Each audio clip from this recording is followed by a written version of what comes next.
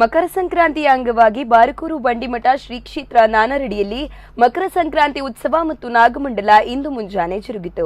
ಇಲ್ಲಿನ ಬಡಾಗಣಪತಿ ಕಾಶಿ ವಿಶ್ವನಾಥ ಮತ್ತು ಮಹಾಲಿಂಗೇಶ್ವರ ದೇವಸ್ಥಾನದಲ್ಲಿ ನಾನಾ ಧಾರ್ಮಿಕ ಕಾರ್ಯಕ್ರಮ ನೆರವೇರಿದ್ದು, ವೇದಮೂರ್ತಿ ರಮೇಶ್ ಭಟ್ ಧಾರ್ಮಿಕ ಕಾರ್ಯಕ್ರಮ ನೆರವೇರಿಸಿದರು. ಈ ಸಂದರ್ಭ ದೇವಸ್ಥಾನದ ಆಡಳಿತ ಮಂಡಳಿಯ ಪದಾಧಿಕಾರಿಗಳು ಹಾಗೂ ಊರ ಪರವೂರ ಭಕ್ತರು ಭಾಗಿಯಾಗಿದ್ದರು.